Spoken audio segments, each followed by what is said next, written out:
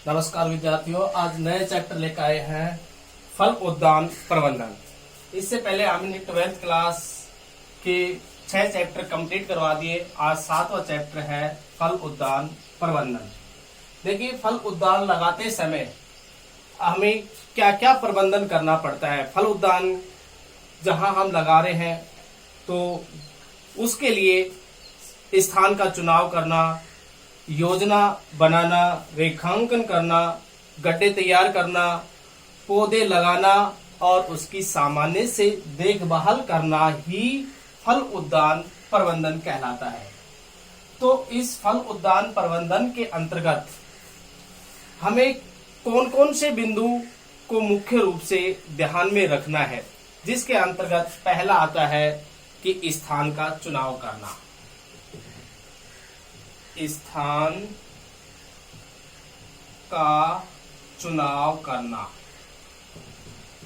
कि जिस स्थान पर हम स्थान का चुनाव फल उद्यान लगाना चाहते हैं तो वहां स्थान का चुनाव कैसे कर सकते हैं, कि स्थान के चुनाव करते समय हमें क्या मुख्य बातें हैं वो ध्यान में रखनी चाहिए। तो सिलेक्शन ऑफ साइट, चुनाव स्थान में साइट होता है कि स्थान की किस साइट पर हमें फल उद्यान लगाना है तो उसका चुनाव करना। तो ये होता है पहला टॉपिक है। देखिए, फल उद्यान लगाना एक स्थायी व दीर्घकालीन योजनाएं होती है। स्थायी भी होती है और एक लंबे समय के लिए, लंबे समय तक हो तो ऐसी एक नियोजन है। इसलिए उसका चुनाव करना, ऐसे स्थान का चुनाव करना अति महत्वपूर्ण होता है।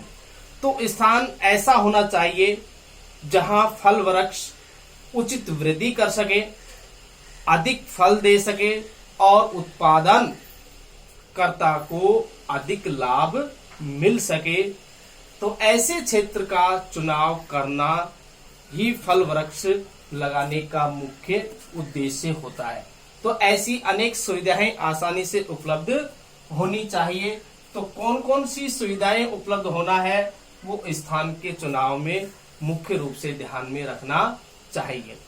तो इसका नंबर 1 आता है कि स्थान के चुनाव करते समय हमें कौन कौन से बिंदुओं को ध्यान में रखना है। तो सबसे पहले एक आता है जलवायु।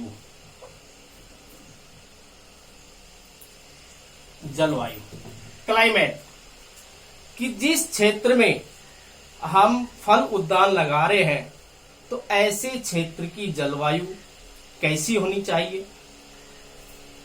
फल वृक्ष जो हम लगा रहे हैं तो उस फल वृक्ष के लिए वहां की जलवायु अनुकूल है या नहीं है। वहां की वर्षा, वार्षिक वर्षा कितनी होती है, तापमान कितना होता है, हवा, प्रकाश आदि औसत जो होता है तो वो जलवायु के ऊपर ही निर्भर करता है, क्लाइमेट के ऊपर निर्भर करता है। तो तापमान, हवा, वर्षा,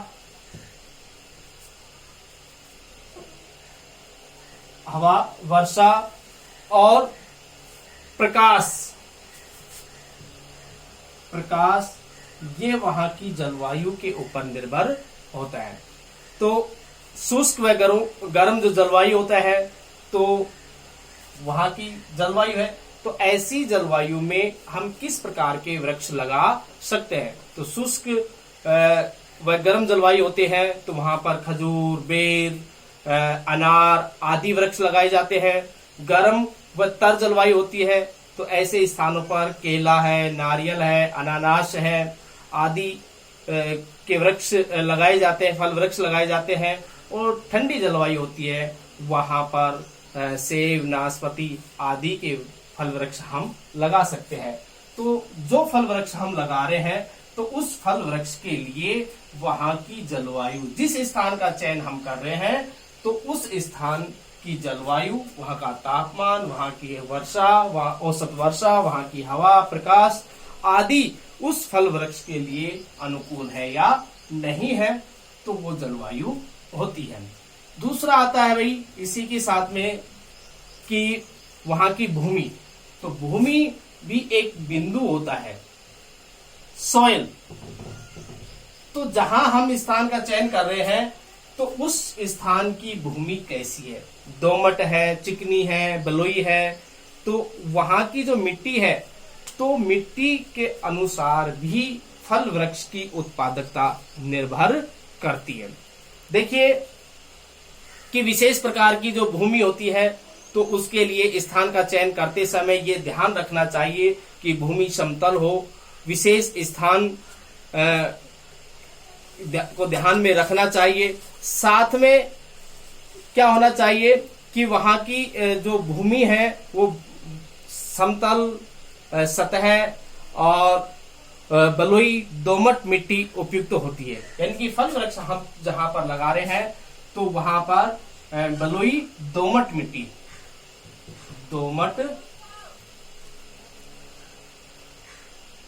दोमट मिट्टी ये उपयुक्त मानी जाती है, ये फल वृक्ष के लिए अनुकूल होती है। तो बलुई दोमट मिट्टी उपयुक्त होती है। इसके साथ में क्या होता है कि जो भूमि की जो सतह होती है, ये भूमि की जो सतह है तो उस सतह से लगभग 1.5-2 मीटर की गहराई तक वो क्या कह सकते हैं, एक नरम मिट्टी होनी चाहिए और दोमट मिट्टी अच्छी होनी चाहिए और कठोर नहीं होनी चाहिए, अत्यधिक कठोर नहीं होनी चाहिए। अगर कठोर होगी तो फल वृक्ष है वो आसानी से वृद्धि नहीं कर पाएंगे। तो इसलिए गहरी होनी चाहिए या फिर कठोर सतह नहीं होनी चाहिए, तो फल वृक्ष के लिए उपयुक्त मानी जाती है। अधिक अम्लीय व अधिक क्षारीय नहीं होनी चाहिए। कि जो मिट्टी होती है वो अम्लीय और क्षारीय लवण युक्त नहीं होनी चाहिए। तो ये मिट्टी का चयन करते समय भी इस बात का ध्यान रखना चाहिए। उसके बाद में आता है कि वहां पर जो मिट्टी है वो जीवांश युक्त होनी चाहिए, यानी गहरी जीवांश युक्त होनी चाहिए। तो इस प्रकार के की भूमि को ध्यान में रख करके ही हम स्थान का चयन कर सकते हैं। इसके बाद में आता है धरातल एवं स्थिति। तीसरी आती है धरातल एवं स्थिति। कि धरातल और स्थिति क्या होता है, ये इस चीज को देखना है कि जिस स्थान का हम चयन कर रहे हैं फल उद्यान के लिए, तो वहां की धरातल, ये मान लीजिए हमारा खेत है, फल उद्यान के लिए उपयुक्त भूमि होती है, तो इस की धरातल जो है, ये धरातल की स्थिति कैसी है, सामान्य है, समतल है या उबड़ खाबड़ है, नीची है, ऊंची है, वर्षा के कटाव की संभावना जहां पर अधिक होती है। तो यानी कि खेत का समतल होना ये भी एक आवश्यक बिंदु होता है कि ऊंचे नीचे नहीं होने चाहिए। तो वो धरातल होता है और उस धरातल की स्थिति कैसी है कि भूमि ऊंचाई नीचाई युक्त नहीं है, या वहां पर वर्षा अधिक होती है तो वर्षा अधिक होने से भूमि का कटाव तो नहीं हो रहा है, मिट्टी का कटाव तो नहीं हो रहा है। साथ में जो कृषि क्रियाएं की जाती है तो कृषि क्रियाएं करने में कठिनाई तो नहीं आ रही है। तो इस प्रकार की स्थिति को ध्यान में रखना है। जंगल, उद्योग, ईंट भट्टे आदि है वो नजदीक नहीं होने चाहिए। अगर मान लीजिए फल उद्यान के पास में ईंट भट्टे होंगे तो ईंट भट्टों से निकलने वाला जो काला धुआं है तो उससे आम में ब्लैक टिप नामक रोग हो जाता है, जो आम के उद्यान में अधिक लगता है। तो ऐसे उद्योग से फल उद्यान दूर होना चाहिए, ऐसी कारखानों से भी दूर होना चाहिए। तो ये सब उसकी धरातल व उसकी स्थिति पर निर्भर करता है। तो सबसे पहले ये देखना है कि धरातल की स्थिति कैसी है, वो फल उद्यान के लिए अनुकूल है या नहीं। उसके बाद में चौथा आता है सिंचाई। चौथा है सिंचाई एवं जल निकास। सिंचाई एवं जल निकास। देखिए सिंचाई एवं जल निकास क्या है, ये भी एक बिल्कुल टॉपिक समझने से ही हो रहा है, देखने से ही आ रहा है कि जल निकास कि कभी कभी ऐसा होता है कि सामान्य वर्षा नहीं हो पाती है, तो फल वृक्ष जहां लगाए हैं तो उन फल वृक्षों को नियमित सिंचाई की आवश्यकता होती है, और नियमित सिंचाई के लिए वहां पर जल की व्यवस्था होना आवश्यक है। तो जल की व्यवस्था करना भी जरूरी है। तो ऐसे स्थान जहां पर जल की पर्याप्त मात्रा हो, पर्याप्त व्यवस्था हो, तो ऐसे स्थान पर ही हम फल वृक्ष लगा सकते हैं।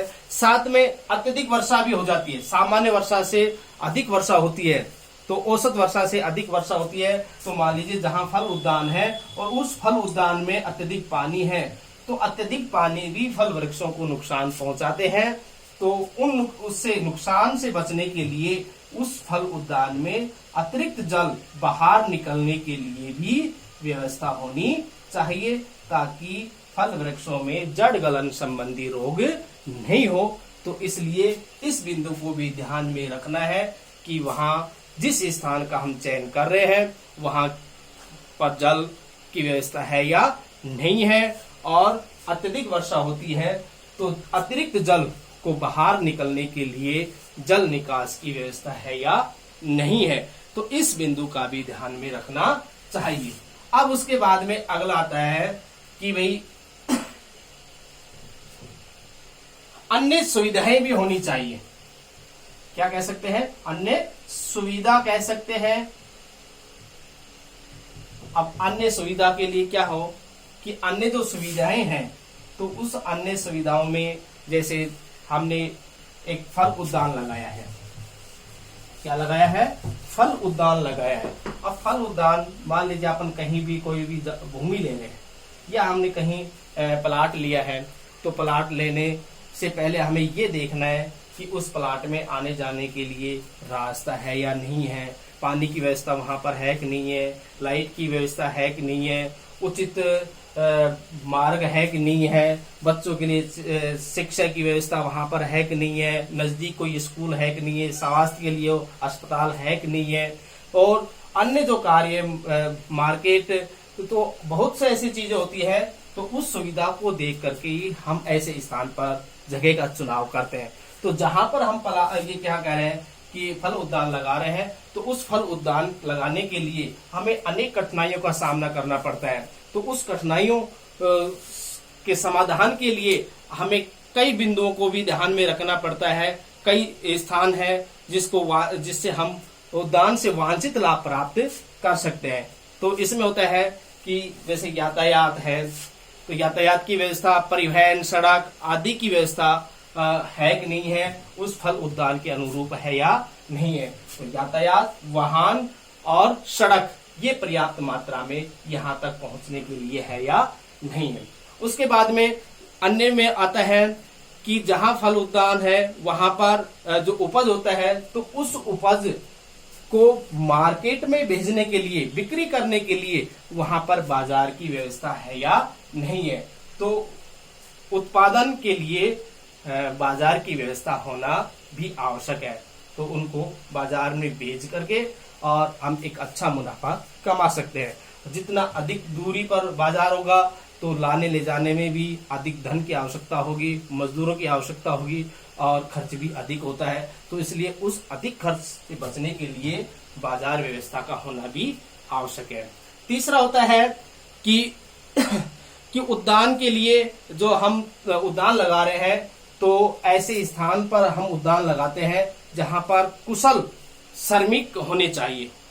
कुशल व अकुशल श्रमिकों की वहां पर उपलब्धता है या नहीं है। कभी कभी फल तोड़ाई के लिए, छंगाई के लिए या अन्य कृषि जो क्रियाएं की जाती है, तो उसके लिए भी मजदूरों की आवश्यकता होती है। तो उसमें कुशल व अकुशल श्रमिक होते हैं, उनकी उपलब्धता भी होना आवश्यक होता है। तो अगला होता है कि समय समय पर तकनीकी जानकारी की सुविधा होना, कि मान लीजिए पेड़ों के अंदर कोई रोग लग जाता है या अन्य किसी प्रकार की समस्या हो जाती है, तो जो तकनीकी जो जानकारी होती है, तो उस जानकारी की सुविधा भी यहाँ पर होनी चाहिए। और अंतिम होता है कि सभी प्रकार की सुरक्षा व्यवस्था भी होनी चाहिए, कि मान लीजिए आसपास का जो क्षेत्र है वो कैसा है, जंगली जानवर युक्त है या नहीं है, आवारा पशुओं से युक्त है या नहीं है। तो इस प्रकार का भी ध्यान में रखना है कि फल उद्यान को नुकसान पहुंचाने वाले ऐसे जगह नहीं होनी चाहिए, ताकि उपज में कमी आ सके और मजदूर वहां पर उपलब्ध नहीं हो, आवारा पशुओं का नुकसान नहीं होना चाहिए। तो ये अन्य सुविधा के अंतर्गत आता है। तो फल उद्यान प्रबंधन के लिए जो हम मैनेजमेंट कर रहे हैं, उसके लिए हमारा जो पहला टॉपिक है वो स्थान का चुनाव करना है। तो आज के इस वीडियो में हमने स्थान के चुनाव के बारे में अध्ययन किया है। अगले वीडियो में हम अगला टॉपिक लेकर के आएंगे। तब तक के लिए धन्यवाद, नमस्कार।